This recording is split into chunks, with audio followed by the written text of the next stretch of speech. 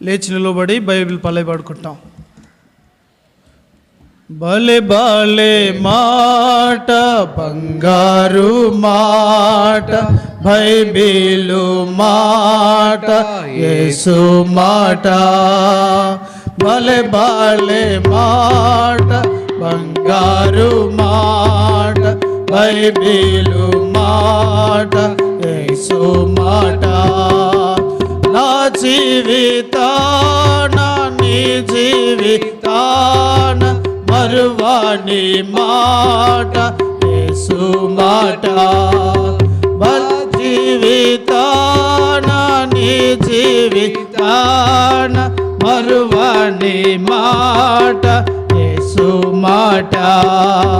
బలే బాలే మాట బంగారు మాట బైబిలు మాట యేసు మాట.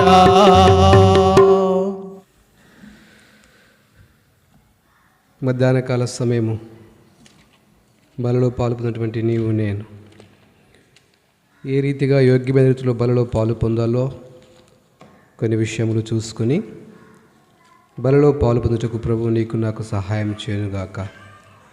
యోహాను సువార్త 8వ అధ్యాయము. యోహాను సువార్త 8వ అధ్యాయము 29వ వచనాన్ని అందరం కలిసి చదువుకుందాం. యోహాను సువార్త 8వ అధ్యాయము 29వ వచనం. నన్ను పంపినవాడు నాకు తోడై ఉన్నాడు, ఆయనకిష్టమైన కార్యము నేను ఎల్లప్పుడూ చేయుదును గనుక ఆయన నన్ను ఒంటరిగా విడిచిపెట్టలేదని చెప్పాను. మరొకసారి, నన్ను పంపినవాడు నాకు తోడై ఉన్నాడు, ఆయనకిష్టమైన కార్యము నేను ఎల్లప్పుడూ చేయుదును గనుక ఆయన నన్ను ఒంటరిగా విడిచిపెట్టలేదని చెప్పాను. అదేవిధంగా 1 కొరింథీయులకు రాసిన పత్రిక 11వ అధ్యాయము 1 కొరింథీయులకు రాసిన పత్రిక 11వ అధ్యాయము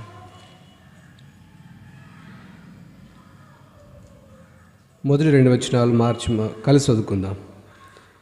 నేను మీకు అప్పగించిన 23వ వచనం. 1 కొరింథీ 11, 23, 24 కలిసి చదువుకుందాం. నేను మీకు అప్పగించిన దాన్ని ప్రభువులను పొందితిని. ప్రభువైన యేసు తాను అప్పగించిన రాత్రి ఒక రొట్టెను ఎత్తుకొని కృతజ్ఞతాస్తుతులు చెల్లించి విరిచి, ఇది మీ కొరకైన నా శరీరము, నన్ను జ్ఞాపకం చేసుకుంటకై దీన్ని చేయడని చెప్పాను. ఆ ప్రకారమే భోజనమైన పిమ్మట ఆయన పాత్రను ఎత్తుకొని, ఈ పాత్ర రక్తములను కొత్త నిబంధన, మీరు దీనిలో తాగినప్పుడల్లా నన్ను జ్ఞాపకం చేసుకుంటకై దీన్ని చేయడని చెప్పాను. ప్రభు యొక్క సహాయాన్నిపై ప్రార్థన చేసుకున్నాం.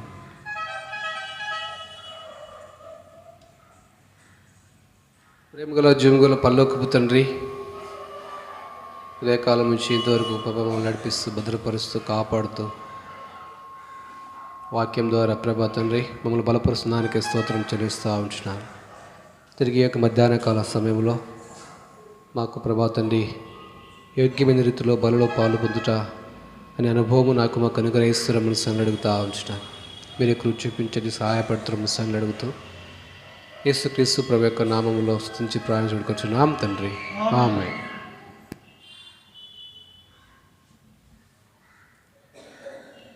యోహాను సువార్త 8వ అధ్యాయము 29వ వచనములో, ఆయనకిష్టమైన కార్యము ఎల్లప్పుడూ నేను చేయుదును. ఇష్టమైన కార్యములు మనము ఎప్పుడైతే దేవునికి ఇష్టమైన కార్యములు చేస్తామో అప్పుడు దేవుడు నిన్ను ఏం చేస్తాడంట? మెచ్చుకుంటాడు. ఎవరికి ఇష్టమైన కార్యం చేయాలా? దేవునికి ఇష్టమైన కార్యం చేయాలి. ఇప్పుడు ఒక మాట చూడండి, అపోస్తుల కార్యము 13వ అధ్యాయము 22వ వచనం. అపోస్తుల కార్యము 13వ అధ్యాయము 22వ వచనం.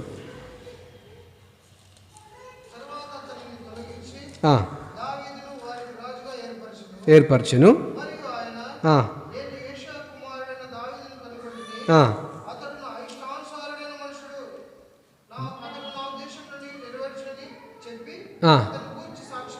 కాబట్టి దావీదుని గురించి ఎవరు సాక్ష్యం ఇస్తున్నాడంట?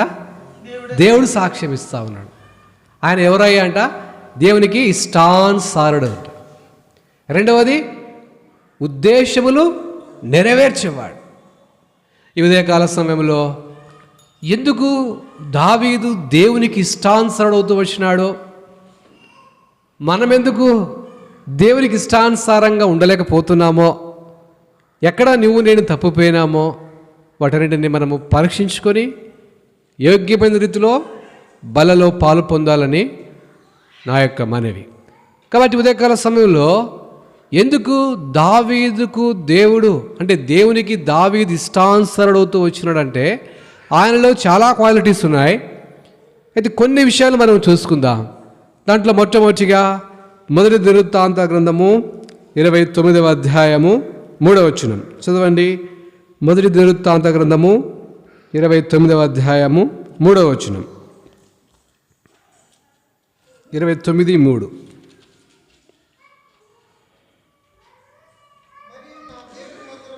మరియు నా దేవుని మందిరం మీద చాలు. ఎందుకు దేవునికి దావీదంటే అంత ఇష్టం అంటే, దావీదుకి ఎవరంటే ఇష్టమంట? దేవుని యొక్క మందిరం అంట. దావీదు తన జీవితంలో అంటున్నాడు, మందిరం మీద నాకున్నటువంటి మక్కువ. మనకేముంటుంది? డబ్బు మీద, తర్వాత తల్లిదండ్రుల మీద, లేదా ఉండాలి, తర్వాత ఆస్తిపాస్తుల మీద, తర్వాత ఐశ్వర్యాల మీద, తర్వాత ఆధిపత్యం మీద, వీటి మీద నీకు నాకేముంటుంది? మక్కువ అంటే ఇష్టం. అయితే దావీదుకి అంటే ఏమంట? దావీదుకి ఏముందంట? దేవుని మందిరం మీద ఉన్నటువంటి మక్కువ. ఆయన ఎవరు? రాజు. ఆయన అనుకుంటే ఆయన ఉండే ప్లేస్లోనే ఏం చేస్తాడు? మీటింగ్ జరుపుతాడు. అంతే కదా? ఆయన రాజు. ఆయన నేను మందిరం పోవడం ఏంటి, మందిరానికి చర్చికి పోవడం ఏంటి, వాళ్ళని రమ్మని చెప్పు, ఈడ వాక్యం చెప్తారు అనే టైప్ ఆయన అనుకోంటే. కానీ అట్లాంటి పని చేయలేదు ఆయన.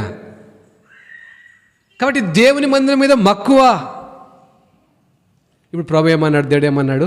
నువ్వు మందిరం కట్టొద్దు అన్నాడు. ఏమన్నాడు? కట్టొద్దు మందిరం అన్నాడు. ఇంక ఎవరైనా కానీ మందిరం ఫర్ ఎగ్జాంపుల్ మనమే అనుకుందాం, మనమే నువ్వు పని చేయొద్దంటే ఏం చేస్తాం? అలిగి ఇంటికి వెళ్ళిపోతాం. అంతేగా చేయాల్సింది. మనం అందరం అట్లే చేస్తాం. 100% అందరం అట్లే చేస్తాం. ఏదైనా పని చేస్తూ ఉంటే నువ్వు పని చేయొద్దు అంటే ఇంటికి వెళ్ళిపోతాం అలిగేసి. కానీ దావీదు అట్లా కాదు. నువ్వు మందిరం కట్టొద్దు అంటే కట్టొద్దంటే కట్టలేదు, కానీ అన్నీ సమకూరుస్తూ వచ్చినాడు. నాకు దేవుడు మందిరమే కట్టొద్దన్నాడు. ఇంక నేను ఎందుకు సమకూర్చాలా? అవన్నీ బంగారం ఎందుకు సమకూర్చాలా? వజ్ర వైఢూర్యాలు ఎందుకు సమకూర్చాలా? ఇంకేదైనా వస్తువులు థింగ్స్ ఏవైతే ఉన్నాయో అవన్నీ ఎందుకు సమకూర్చాలా అనుకోలేదు.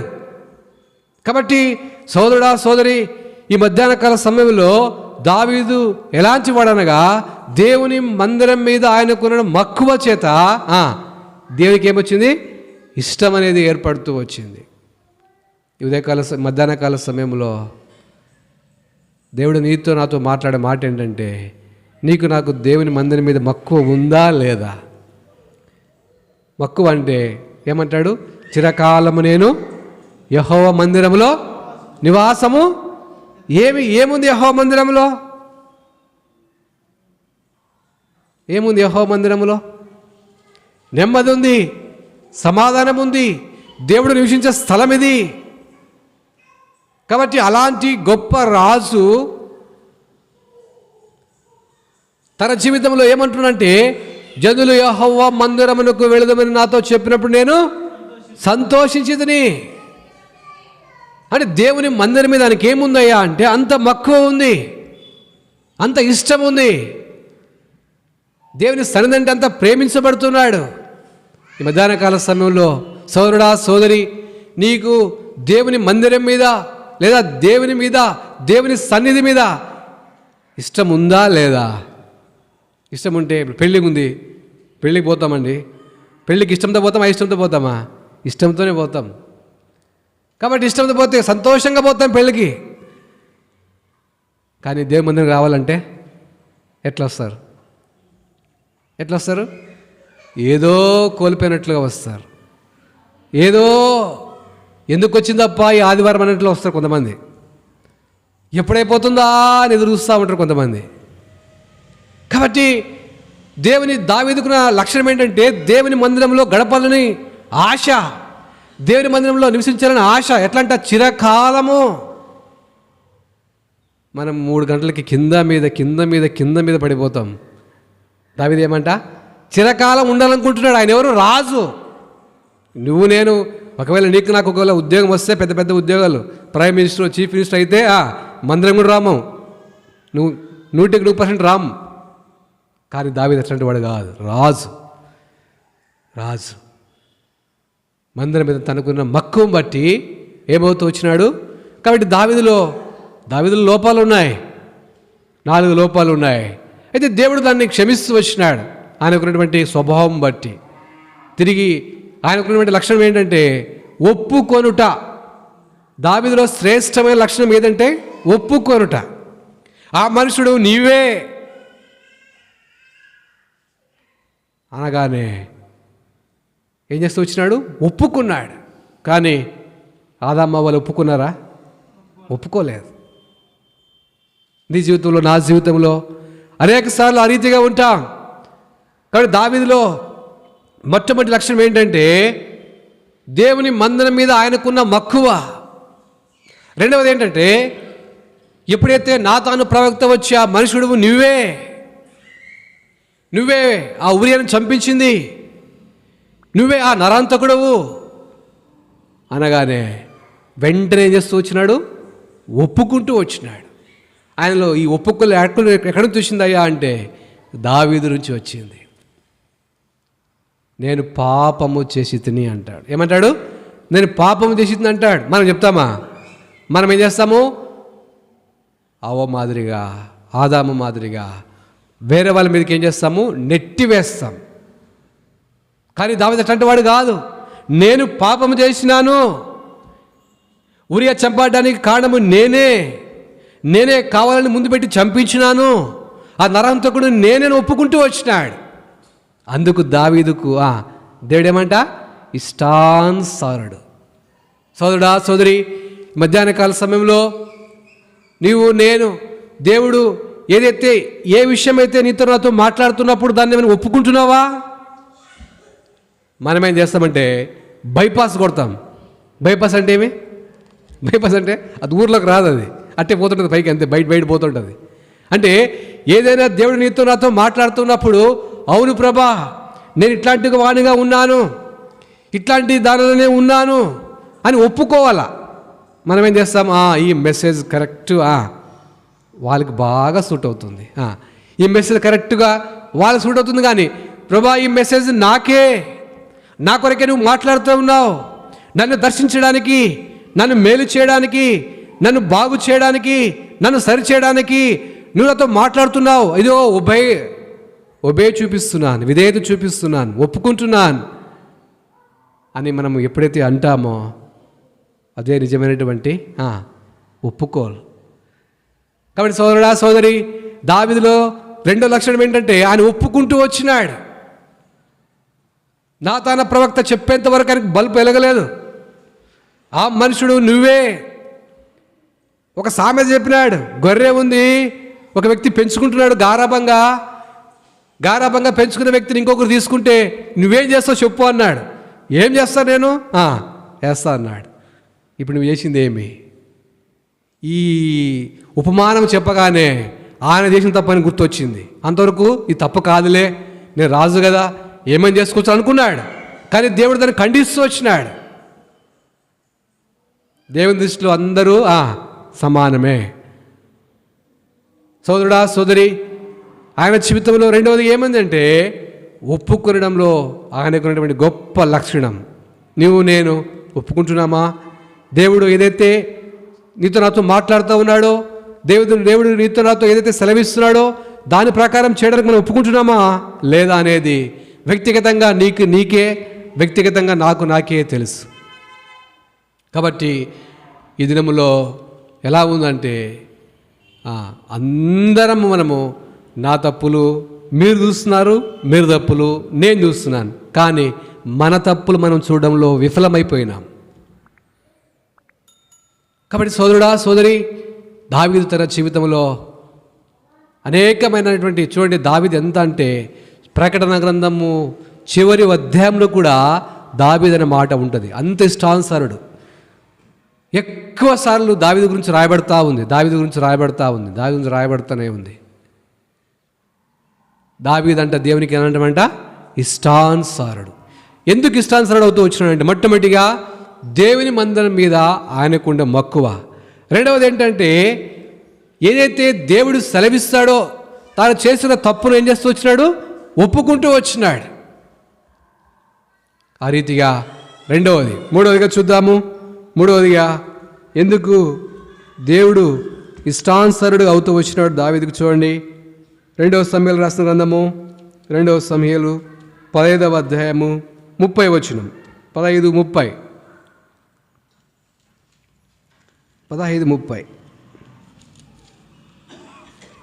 చదవండి.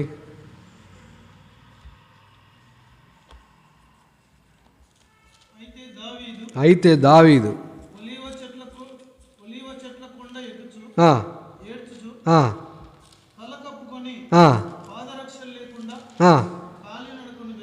కాబట్టి ఇక్కడ ఏమైందంటే, దావీదు ఇప్పుడు ఏం చేస్తున్నాడు? ఏడుస్తూ ఉన్నాడు. ఏం లేవంట, చెప్పు లేవంట. యా కొండకు పోతున్నాడంట? ఒలీవల చెట్ల కొండకు వెళ్తున్నాడు. ఎందుకు ఈ సమస్య వచ్చిందంటే, సొంత కుమారుడు అబ్షలోము ఉన్నాడు. రాజు తీర్పు తీర్చే స్థలం ఒకటి ఉంటుంది. ఆ తీర్పు చేసే స్థలంలో కొంతమంది న్యాయం కోసం వస్తూ ఉంటే అబ్షలోము ఆ గేట్ దగ్గర నిలబడి, నువ్వెవరు, ఎక్కడి నుంచి వచ్చినావు, నీకేమైంది, నీకు అక్కడ న్యాయం చేసే వాళ్ళు ఎవరు లేరీడా, నేను చేస్తాను రా అని ఇజ్రాయేల్ ప్రజలందరూ తను తిప్పుకున్నాడు. ఎవరు? అబ్షలోము. ఇప్పుడు ఏమైనాడంటే, ఇజ్రాయేల్ ప్రజలకు రాజు ఎవరయ్యా అంటే అబ్షలోము. వాళ్ళందరూ ఏకంగా కూడి దేవుడు దావీదుని చేస్తే మనుషులు ఏం చేసినారు? అబ్షలోముని చేసుకున్నారు. అబ్షలోము మాట విని ఇజ్రాయేల్కి రాజుగా అబ్షలోము ప్రకటించుకున్నారు వాళ్ళు. ఇప్పుడు దావీదు చేస్తున్నాడంటే నన్ను ఎక్కడ చంపుతాడు అనుకొని పరిగెత్తిపోతున్నాడు, ఏడుస్తూ ఉన్నాడు. తర్వాత ఆయన జీవితంలో చూడండి, చెప్పులు లేకుండా ఎవరు? రాజు, గొల్యాతును చంపినటువంటి రాజు, ఇజ్రాయెల్లో ఎంతోమందిని ఓడించిన రాజు. ఇప్పుడు అబ్షలోమును చంపడానికి చేత అవుతుందా? అవుదా?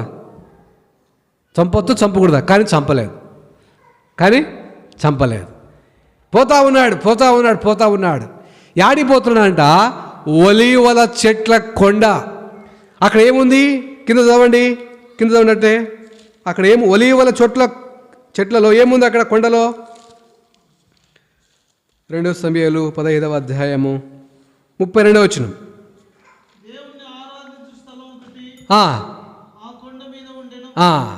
ఒలీవల చెట్ల కొండ దగ్గర ఏముందంట? ఆరాధించే స్థలం ఉంది. నువ్వు నేను మనమందరం ఏం చేస్తామంటే, కష్టం వస్తే ఏం చేస్తాము చెప్పండి? కష్టం వస్తే ఏం చేస్తాం? ఏడ్చుకుంటూ ప్రార్థన చేస్తాం. అది అందరి లక్షణం, మన లక్షణం అంతే అది. కానీ దావీదు డిఫరెన్స్. ఏం చేస్తున్నాడు అంటే, ఆయన ఆరాధిస్తున్నాడు. తన కష్టంలో, తన బాధల్లో, నిందల్లో, అవమానాల్లో ప్రభువు ఏం చేస్తున్నాడు? ఆరాధిస్తూ ఉన్నాడు. మనం ఏం చేస్తున్నాము? కష్టం వస్తే దేవుణ్ణి కూడా నిజంగా దేవుడే ఉంటే ఎందుకు మాకు ఇంత నష్టము, నిజంగా దేవుడు ఉంటే ఎందుకు ఈ యొక్క బాధ. కానీ దావీదు అట్లాంటి వాడు కాదు. దావీదు తన జీవితంలో ఆరాధిస్తున్నాడు. ఆయనలో ఏముందయ్యా అంటే, ఆరాధించే అనుభవం ఆయనలో ఉంది. సోదరుడా సోదరి, నీకు నాకు ఆరాధించే అనుభవం ఉందో లేదో? ఆరాధన అంటే ఆదివారం ఒకటే వచ్చి ఆరాధన చేసి పోవడం కాదు. నీ యావత్ దినముల్లో, నీ జీవిత కాలం అంతా ప్రభువును ఆరాధించవచ్చు. ప్రతి దినము, ప్రతిరోజు దేవుని ఆరాధించవచ్చు నువ్వు. ఎందుకయ్యా దావీదు ఇష్టానుసారుడు అవుతూ వచ్చినాడంటే, ఆయన ఎవరంట? ఆరాధించేవాడు. దేవుని మందిరం మీద మొట్టమొదటిగా ఆయనకుండే మక్కువ. రెండవది, ఒప్పుకునేటువంటి స్వభావం కలిగినటువంటి వ్యక్తి. మూడవది ఏమంటే, ఒలీవల చెట్ల కొండ అనుభవం ఆయనకుంది. అంటే ఆరాధించే అనుభవం ఆయనకుంది. సోదరుడా, సోదరి, నువ్వు నేను ఇప్పుడు దావీదు నుంచి మనం ఏం నేర్చుకోవాలా? కష్టం వస్తే, నిందలు వస్తే, శ్రమలు వస్తే ఏం చేయాలి? నువ్వు నేను ఏం చేయాలా? ఆరాధించాలి. కాబట్టి ఎప్పుడైతే ఈ రీతిగా ఆరాధిస్తావో, దేవుడు తన జీవితంలో దాదాపుగా చాలామంది ఏమనుకుంటారంటే, ఇజ్రాయేలీలు యెహోవా పెట్టిన మొరను వినేను. ఓకే, దేవుడు విన్నాడు. ఏమవుతుందో ఏమో, సంఘం ఏమవుతుందో ఏమో, హెబ్రోన్ ఏమవుతుందో ఏమో, వాళ్ళు ఏమవుతారో ఏమో, అవన్నీ నీకు నాకెందుకు? ఏం చేయాలా? దేవుడు మన బాధ్యత ఏంటి? మొరపెట్టాలి. ఇజ్రాయేల్ యొక్క మొరను దేవుడు విన్నాడు, అంతే చాలు. నీ మొర నా మొర దేవుడు వినేవాడుగా ఉంటాడు. ఈ మధ్యాహ్న కాల సమయంలో సోదరుడా, సోదరి, దావీదు తన జీవితంలో ఏం చేస్తూ వచ్చినాడంటే ఆరాధిస్తూ వచ్చినాడు. ఆయన జీవితంలో ఆరాధన ఉంది. కష్టాల్లో, నిందల్లో, బాధల్లో, అవమానాల్లో ఆరాధిస్తూ ఉన్నాడు, ఏడుస్తూ ఉన్నాడు. ఏడుస్తూ పోతూ ఉంటే సౌలు కుటుంబీకులు ఒకడు షిమి ఉన్నాడు. ఈ షిమి ఎవరంట? సౌలు కుటుంబీకుల్లో ఒకడు. ఈ షిమి ఏం చేస్తున్నాడంటే దావీదు మీద రాళ్ళేస్తున్నాడు. ఎవరైనా? రాజు. ఆయనంటే అందరూ భయపడతారు. యుద్ధశూరుడు, సితారాను చమత్కారంగా వాయించేవాడు. అట్లాంటి మనిషి మీద రాళ్ళు తీసుకుని రూతా ఉన్నాడు. రూతూ శపిస్తూ ఉన్నాడు. చీపో అంటున్నాడు. అప్పుడు రాజుకి ఏం రావాలా? ఇప్పుడు నేను ఎవరైనా తిడితే ఏమొస్తుంది? చెప్పండి, ఏమొస్తుంది? కోపం వస్తుంది. కానీ దావీదుకు కోపం రాలేదు. దేవుడు వాని ద్వారా ప్రేరేపించబడినాడు. వాడు తిడుతున్నాడు, తిట్టని అంటున్నాడు. దాంట్లో ఇంకొక వ్యక్తి ఉన్నాడు. అయ్యా కొంచెం సెలవిస్తే నేను పోయి చంపేస్తామని అంటున్నాడు. దేవుడే వాడిని నన్ను శపించమని చెప్పినప్పుడు నువ్వెందుకు ఆపేయకపోతావు? చెప్పించిని. కీడుకు ప్రతి కీడు చేయలేదు, కోపగించుకోలేదు, సహించిన వాడిగా ఉన్నాడు. నీ జీవితంలో, నా జీవితంలో మనల్ని ఎవరైనా ఏమనంటే కోపం అనేది వెంటనే వచ్చేస్తుంది. కోపం. సోదరుడా, సోదరి, ఉదయకాల సమయంలో క్రైస్తవ జీవితం అంటే ఎలాంటి జీవితం? క్రైస్తవ జీవితం అంటే కొన్నిసార్లు కష్టాలు వస్తాయి, నిందలు వస్తాయి, బాధలు వస్తాయి, అవమానాలు వస్తాయి. నేను దేవుని నమ్ముకుంటే చల్లగా ఉంటారనుకోవద్దు ఎప్పుడు. దేవుడు కొన్నిసార్లు దేవుడు సుఖ దుఃఖమును జతపరిచినాడు. నా జీవితంలో నాకు బాగా తెలుసు. ఒకటి కీడు వచ్చిందంటే దాని వెనక కంపల్సరీ ఏముంటుంది? మేలు ఉంటుంది. నేను దాన్ని బాగా అనుభవించున్నాను. నేను కీడు వస్తుంది అనుకోండి, ఇంట్లో శ్రమలు వచ్చినాయనుకోండి, బాధలు వచ్చినాయనుకోండి, అది నీ మేలుకే. దేవుడు కీడును లేదా దేవుడు సుఖ దుఃఖములు జతపరిచినాడు.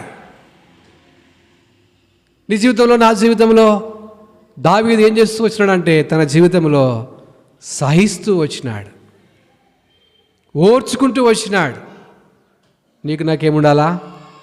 ఉందా లేదా? ఓర్పు. సహించిన వారమైతే ఆయనతో కూడా ఏలుదుము. ఒక వ్యక్తి నా దగ్గరకు వచ్చినాడు. ఏమన్నా మందిరానికి రావట్లేదు కదన్నా అంటే అని ఒకటే చెప్పినాడు. 2000 నోట్లు మారిపోలేదా అన్నాడు. ఏమన్నాడు?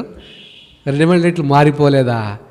నేను ఎట్లా మారిపోయానండి. ఏమైందంటే నాకు ఆ దేవుడు అనేది అన్నాడు. ఆ దేవుడు నాకు వంట పడలేదు, నాకు దేవుడు అన్నాడు. అట్లా మారిపోతే ఎట్లా అన్నా అంటే అని అడిగితే 2000 నోట్లు మారిపోలేదా? నేను మారిపోయాను అన్నాడు. నాకంటే మీద చేసి వెనకతడి తిరుగువాడు నాకు పాత్రుడు కాడు. ఇజ్రాయెల్ ప్రజలు తన జీవితంలో వాళ్ళు ఏమో అందరు వచ్చినారు. ముందేమో సముద్రం ఉంది, వెనకేమో సైన్యం ఉంది. ఆయన ఏమంటాడు? మోషే ముందుకే సాగిపోడి. వాళ్ళు అన్నారు యాడికి పోవాలా? ముందేమో సముద్రం ఉంది, వెనకేమో సైన్యం ఉంది. యాడికి పోవాలని ఆడ కొంతమంది మోషేకి విరోధంగా లేచినారు. అప్పుడు ప్రభుని అడిగితే సముద్రాన్ని దేవుడు తీరుస్తూ వచ్చినాడు. ఇజ్రాయెల్ వారి కోసం ఏం చేసినాడు? సముద్రాన్ని పాయలుగా చీల్చుట, సముద్ర మార్గంలో వాళ్ళు నడిచిపోవుట. ఎట్లందంటది, వర్షం వస్తేనే కొద్దిసేపు వర్షం వస్తేనే కాలు బురద అవుతుంది మనకి, అది ఆరేంత వరకు. ఒకేసారి నీళ్ళు రెండుగా డివైడ్ అయిపోయినాయి, నేల ఆరిపోయింది. ఆరిన నేల మీద వాళ్ళు నడుస్తూ వచ్చినారు. సోదరుడా సోదరి, నీ జీవితంలో నా జీవితంలో ఉదయకాల సమయంలో దేవుడు నీతో నాతో మాట్లాడుతున్నప్పుడు ఆ రీతిగా ఉన్నామో లేదో వ్యక్తిగతంగా నన్ను నీవే పరీక్షించుకుంటూ రావాలి. ఇది నీకు మేలు క్షేమము. కాబట్టి మన అట్లే తిట్టని ఓర్చుకుంటూ వచ్చినాడు, సహిస్తూ వచ్చినాడు. నీవు నేను సహించే వారంగా ఉన్నామా లేదా? ఏబు తన జీవితంలో ఏం చేసినాడు? సహించినాడు. ఎన్నో కురుపులు ఉన్నాయి. భార్య ఏంటుంది, ఏమయ్యా నువ్వు దేవుడు అంటున్నావు, ఆ ప్రభు అంటున్నావు, ఆయన నీకేం మేలు చేసినాడు? కుమారులు తీసుకునే, కూతురులు తీసుకునే, ఉన్న ఆస్తిపాసం తీసుకునే, పోతే పోన్లే, మరి నువ్వన్నా బాగున్నావా? నువ్వు బాగలేవు, ఏముంది, దేవుని దృష్టిని చచ్చిపో. అప్పుడు అంటాడు, ఏమంటాడు? మూర్ఖురాలు మాట్లాడొద్దు. మనము దేవుని నుంచి మేలు మాత్రమే అనుభవించదమా, కీడు అనుభవింపకూడదా? అంటే అర్థం ఏంటి? కీడు అనుభవించాలి. దేవుడు సుఖదుఖమును జతపరిచినాడు. ఒకవేళ నువ్వు సడుగుతున్నావేమో, శ్రమలు వస్తే, బాధలు వస్తే, నిందలు వస్తే సడుగుతున్నావేమో, సడగవద్దు, నీ మేలు కొరకే. దావీదు జీవితంలో ఏముందయ్యా అంటే ఆరాధించే అనుభవం ఉంది, ఒప్పుకునే అనుభవం ఉంది, దేవుని మందిరం మీద మక్కువ ఉంది. అది మాత్రం కాకుండా సహించే గుణం ఉంది. అలాంటి గుణాలు నీలో నాలో ఉన్నాయా లేవో? ఒకవేళ లేకపోతే ప్రభువా ఈరోజు నువ్వు నాతో మాట్లాడుతూ ఉన్నావు, నిజంగా నాకు లేదు, ఒప్పుకుంటున్నాను. అందుకే అతిక్రమ దాచిపెట్టివాడు వర్ధిల్లడు, అయితే దాన్ని ఒప్పుకొని విడిచిపెట్టివాడు కనికరం పొందును. దావీదు కనికరం పొందుతూ వచ్చినాడు. ఆ మనుషుడు నువ్వే అనగానే వెంటనే ఒప్పుకున్నాడు. ఆన్ ది స్పాట్లోనే, అక్కడే, నేను పాపం చేసి తిని. సోదరుడా సోదరి, నీ జీవితకాలంలో, నా జీవితకాలంలో దేవునికి ఇష్టమైన కార్యము చేయుటకు నీకు నాకు దేవుడు ఏం చేయాలా? సిద్ధముగా ఉండాలి. ఆయన సహాయం చేస్తాడు. నేను ఎల్లప్పుడూ దేవునికి ఇష్టమైన కార్యం చేసేవాడుగా ఉండాలి. చూద్దాం ఇంకా ఆయన జీవితంలో ఏముందంట. 2 సమూయేలు గ్రంథము 5వ అధ్యాయము 17వ వచనం. 2 సమూయేలు 5:17. 2 సమూయేలు 5:17.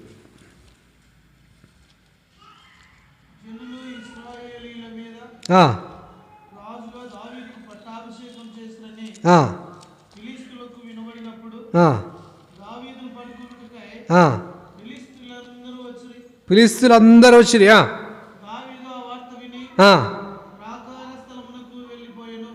ఏ స్థలం అంట? ప్రాకార స్థలం. అక్కడ ఏముంది?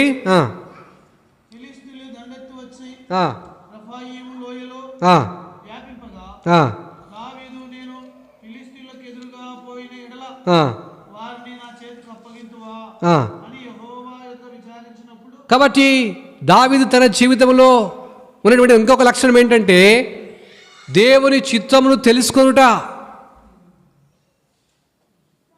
ఇది నీకు నాకు అనేక సార్లు అనేక మంది వ్యక్తి ద్వారా, అనేక మంది సేవకుల ద్వారా, పెద్దల ద్వారా, విశ్వాసుల ద్వారా నీకు నాకు బోధించబడినప్పటికీ ఇప్పటికీ నువ్వు నేను నిర్లక్ష్యం చేస్తున్నాం. దేవుని చిత్తమును తెలుసుకొనుట, అదే ప్రాకార స్థలము. దేవుని అడిగి తెలుసుకునుట. ఫర్ ఎగ్జాంపుల్గా మనము ఒక పెళ్ళికి పోవాలనుకుందాం.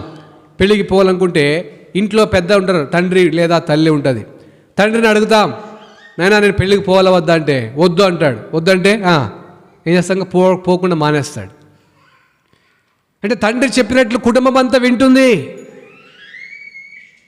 ఏ రీతిగా తండ్రి చెప్పినట్లు కుటుంబం వింటుందో, కుటుంబము తండ్రికి ఏ విధంగా లోబడుతుందో, అదే రీతిగా నువ్వు నేను కూడా దేవునికి లోబడాలి, దేవుని మాట వినాలి, దేవుడు చెప్పింది చేయాలి.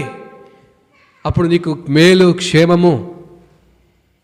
భక్సింగంకులు అడిగినారంట, అయ్యా నీ జీవితంలో ఏదయ్యా నీకు ఎక్కువ సంతోషాన్ని ఇచ్చింది అంటే ఒకటే మాట అన్నాడు, దేవుని చిత్తమును తెలుసుకుని దాని ప్రకారంగా చేయుటే.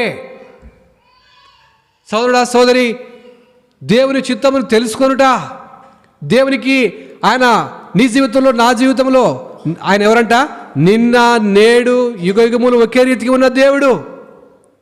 యాకోబుతో మాట్లాడిన దేవుడు, అబ్రాహాంతో మాట్లాడిన దేవుడు, ఇస్సాకుతో మాట్లాడిన దేవుడు, భక్సింగంకులతో మాట్లాడిన దేవుడు ఈరోజు నీతో కూడా మాట్లాడుతూ ఉన్నాడు. ఆయన మార్పు చెందని దేవుడు. అయితే మనం ఏం చేయమంట, ఆయన మాటకు ఏం చేయము, వినం, లోబడం. సోదరుడా సోదరి, దావీదు ఉండే లక్షణం ఏంటంటే ప్రాకార స్థలం, అంటే విచారించే స్థలము, దేవుని చిత్తమును తెలుసుకొనుట. నీ జీవితంలో ప్రభువా నీ చిత్తం ఏంటో, నేను ఎక్కడికి వెళ్ళాలి, నేను ఎలా జీవించాలి, ఏదైనా కొన్ని విషయాలు కొత్తగా చేస్తున్నప్పుడు దేవుని అడుగుతున్నావా లేదా? ఈ జీవితంలో నా జీవితంలో మనమందరం తప్పిపోయినాం. దేవుని చిత్తము తెలుసుకునుట, దాని ప్రకారం చేయుట అనేది కనుమరుగైపోయింది. కాబట్టి చాలాసార్లు అంటారు, దేవుడు నాతో మాట్లాడినాడండి. ఆ అమ్మాయి నాతో మాట్లాడినాడండి. మరి పెళ్లి చూపుల దాకా వస్తాయి, పెళ్లి చూపులు అయిపోతాయి, పెళ్ళి ఆగిపోతుంది. ఎట్లా మాట్లాడిన దేవుడు నీతో? కాబట్టి సోదరుడా సోదరి, మనము భ్రమపడుతున్నాం, దేవుని చిత్తం ఏదో తెలియదు, సాతాను మాట్లాడతాడు. కాబట్టి సోదరుడా సోదరి, నీవు నేను దేవుని చిత్తమును తెలుసుకోవడానికి ఏం చేయాలా? ప్రభు సన్నిధిలో వేచి ఉండాలా. ఆయన ప్రకారం ఆయన ఏదైతే సెలవిస్తాడో, ఆయన ఏదైతే నీకు నాకు బోధిస్తాడో దాని ప్రకారం చేయుట్లో ఈనాడు అన్ని డినామినేషన్ ఏమైపోతూ వచ్చినాయంటే తప్పిపోతూ వచ్చినాయి. ఎవరు స్వార్థం వాళ్ళది, వాళ్ళు ఏమనుకుంటే అదే దేవుని చిత్తము. సోదరుడా సోదరి, నీవు నేను మనమందరము ఒక దినం మనం ఏమైపోతాము? చనిపోతాం. దావీదంట దేవునికి ఇష్టమైన వాడంట, నా ఇష్టానుసారుడు. నువ్వు కూడా నేను కూడా మనమందరము దేవునికి ఇష్టానుసారంగా ఉండాలంటే ఇలాంటి లక్షణాలు నీకు నాకు ఉండాలి. ప్రభువా, ఇప్పుడు మనము మనల్ని మెచ్చుకోవడానికి అనేకమైన పనులు చేస్తాం, మన కోసం కాదు, ఇతరులు మెచ్చుకోవడానికి చేస్తాం అనేకమైన పనులు. కాబట్టి ఫర్ ఎగ్జాంపుల్గా మందిరంలో ఏదైనా వంట చేస్తున్నారు అనుకుందాం, ఫంక్షన్లో, మందిరంలో ఫంక్షన్లో ఏమంటాం, వంట బాగుందా అంటాం. వంట బాగుంది అంటే మెచ్చుకోవడానికి. అయితే దేవుడు మెచ్చుకోవాలి, నిన్ను మనుషులు మెచ్చుకునేది కాదు. ఈ మధ్యాహ్న కాల సమయంలో వ్యక్తిగతంగా నువ్వు పరీక్షించుకో. ప్రభా, నేను నీకు ఇష్టమైన కార్యములు చేస్తున్నానా? నేను నీ ఉద్దేశం నెరవేరుస్తున్నానా? నేను నీకు ఇష్టంగా ఉన్నానా లేదా? లేకపోతే ఏం లాభము? సోదరుడా, మనుషులము తప్పిపోతాం, కొన్నిసార్లు బలహీనమైపోతాం. దావీదు తన జీవితంలో అలసట నొందేను. ఏమొచ్చిందంటే దావీదుకు యుద్ధశూరుడు, జయించేవాడు. అట్లాంటి మనిషికి ఏమైంది? అలసట వచ్చింది. నీకు నాకు వస్తుంది, శ్రమలు వస్తాయి, నిందలు వస్తాయి, అవమానాలు వస్తాయి, పాపం చేత మనం శోధించబడతాం. అయినప్పటికీ ప్రభు ద్వారా నీకు నాకు విజయము. 4వదిగా చూద్దాం, 5వ చూద్దాము. 2వ సమూయేలు రాసిన గ్రంథము, మొదటి సమూయేలు 24:5. మొదటి సమూయేలు 24:5.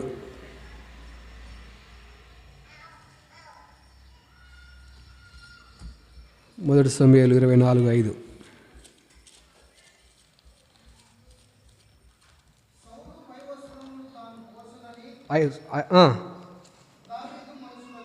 దావీదు మనసునొచ్చి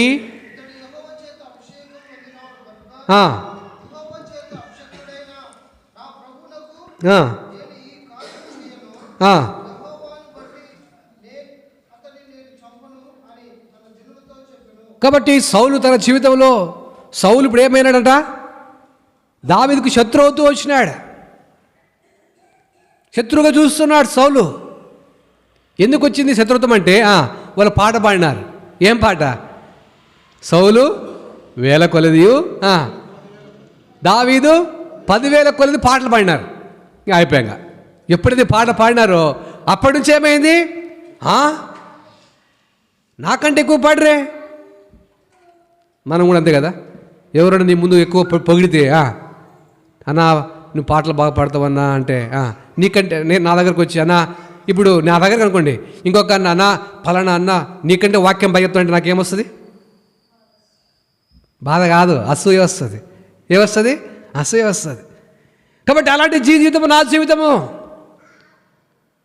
అనేక సార్లు నువ్వు నేను ఆ రీతిగా ఉన్నవారంగా ఉన్నాం. సౌలు తన జీవితంలో వెంటాడుతూనే ఉన్నాడు, తరుముతున్నాడు. ఏం అంటున్నాడు? అయ్యా నేను ఏం పాపం చేసినానయ్యా, ఎందుకు తరుముతున్నాడు? నన్ను చంపవచ్చు. కానీ ఏమన్నాడంట? దేవుడు అభిషేకించిన వారిని నేను చంపను.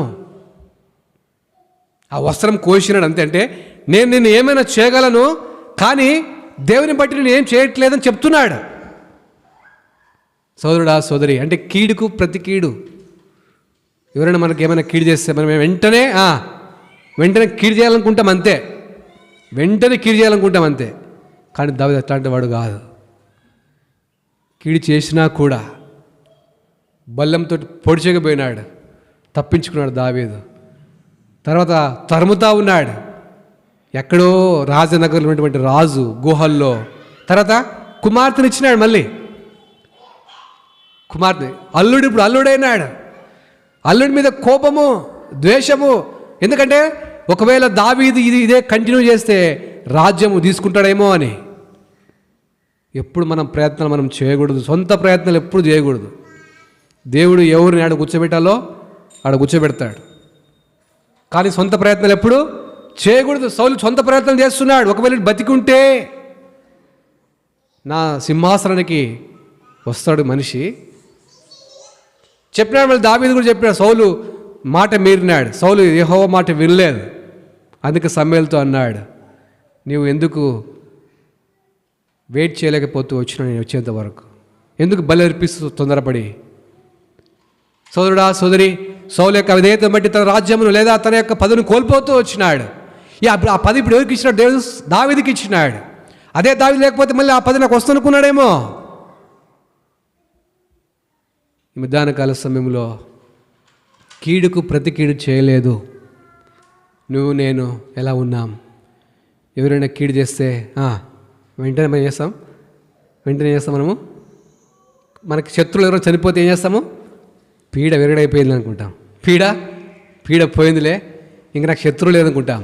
కానీ చూడండి, దావీదు తన జీవితంలో చూడండి, 2వ సమూయేలు గ్రంథము 18వ అధ్యాయము 33వ వచనం.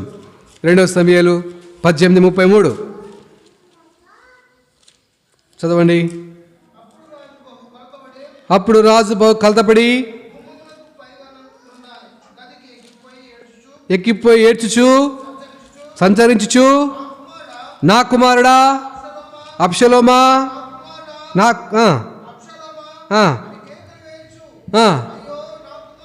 అయ్యో నా కుమారుడా. ఎవరు ఈ కుమారుడు? అబ్షలోం. ఈ అబ్షలోం ఎవరు?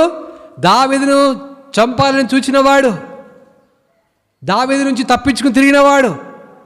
ఒకప్పుడు దావీదుకు కీడు చేసేవాడు. ఇప్పుడు ఏమైనాడు? శత్రువు. ఈ శత్రువు ఏమైతే వచ్చినాడంటే, దారిలో పోతా ఉంటే మస్తక వృక్షం తగిలి చనిపోయినాడు.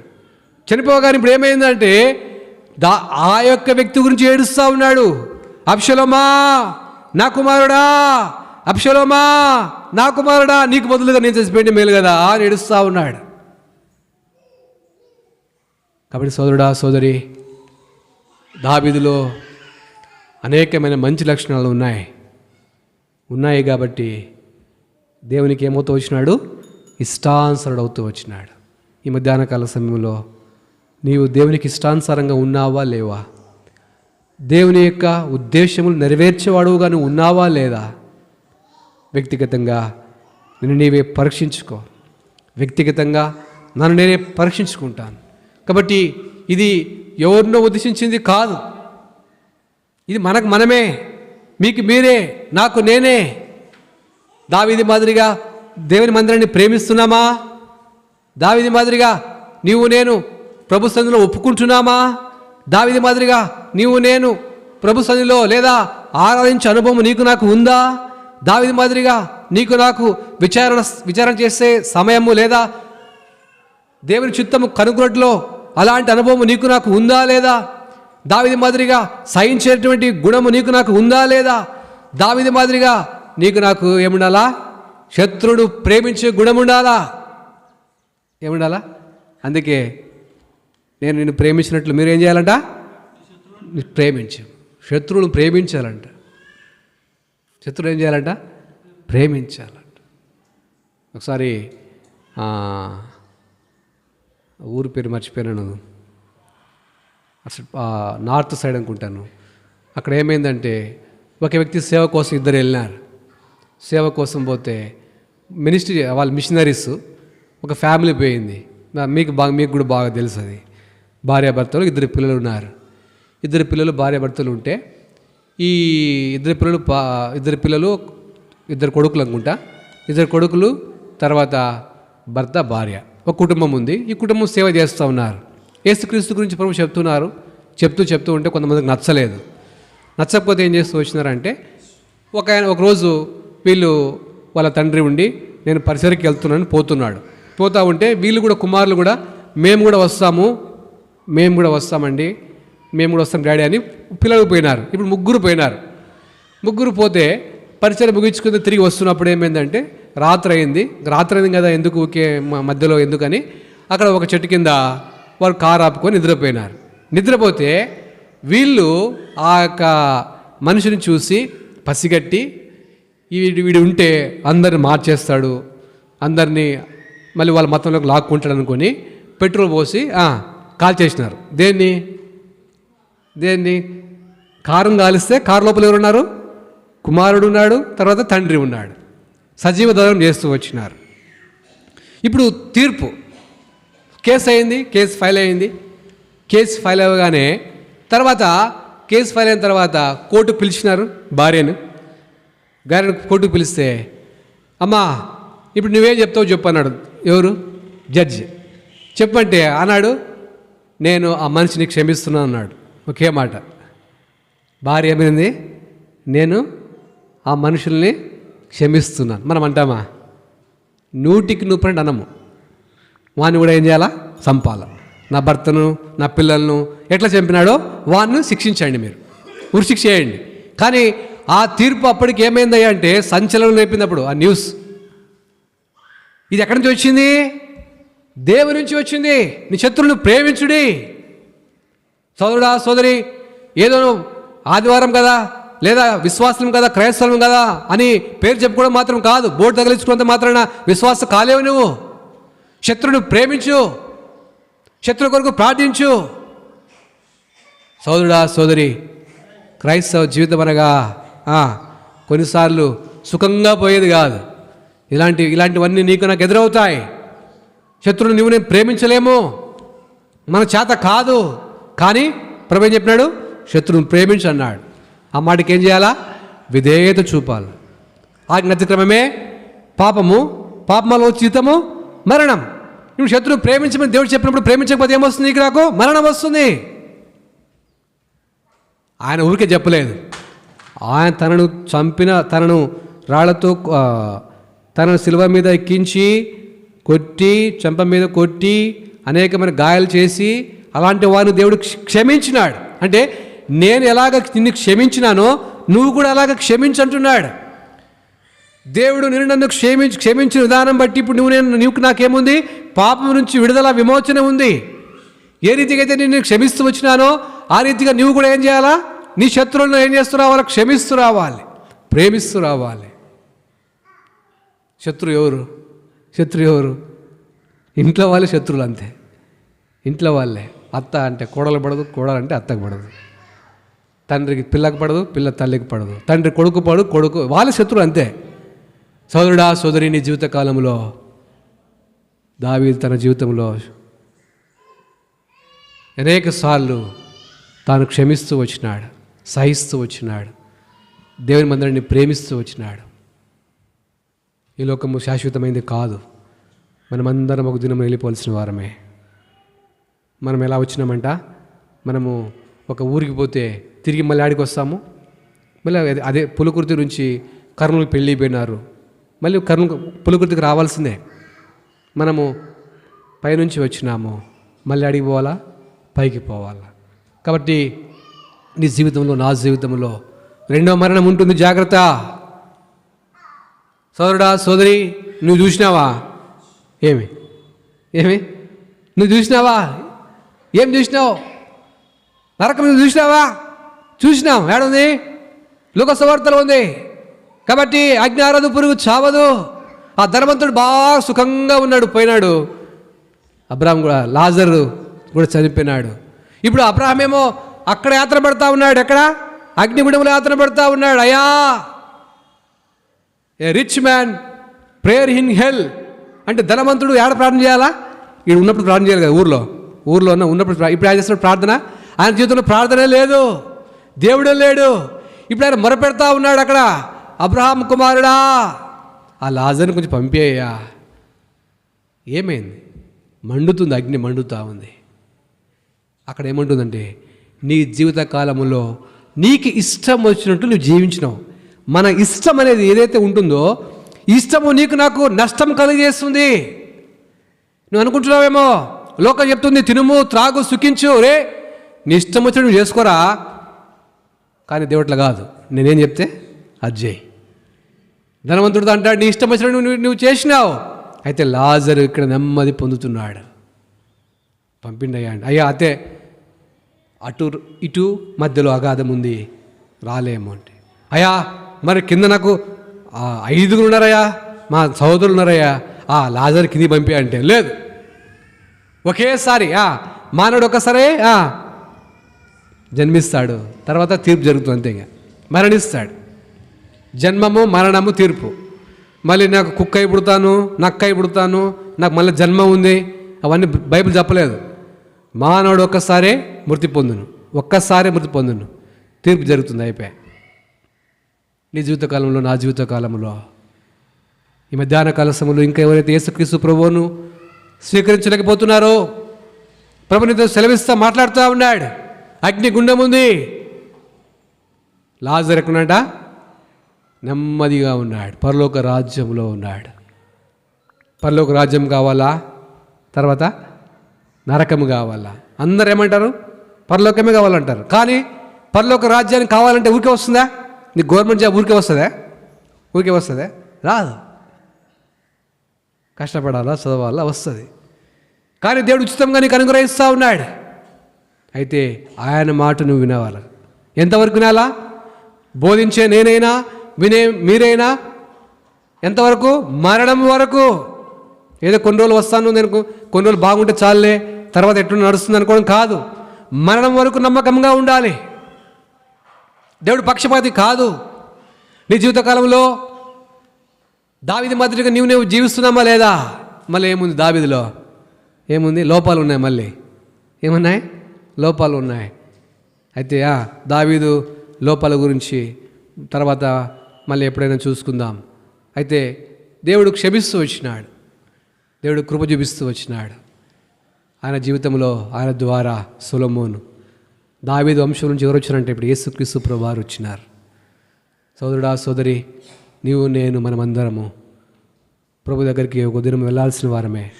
ఇది శాశ్వతమైనది కాదు. అయితే ఆయనకి ఇష్టమైన కార్యం చేయాలని, ఆయన ఉద్దేశం నెరవేర్చాలని ప్రభు యొక్క ఆశ దావీదు నెరవేరుస్తూ వచ్చినాడు. నువ్వు నేను కూడా నెరవేర్చాలని ఆయన యొక్క ఆశ. దావీదు మాదిరిగా నువ్వు నేను ఉన్నామో లేవో, దావీదు లాంటి లక్షణాలు నీళ్ళలో ఉన్నాయో లేవో, ఒకసారి నిన్ను నీవే, నన్ను నేనే పరీక్షించుకొని యోగ్యమైన రీతిలో బలలో పాలు పొందుటకు ప్రభు నీకు నాకు సహాయం చేయనుగాక.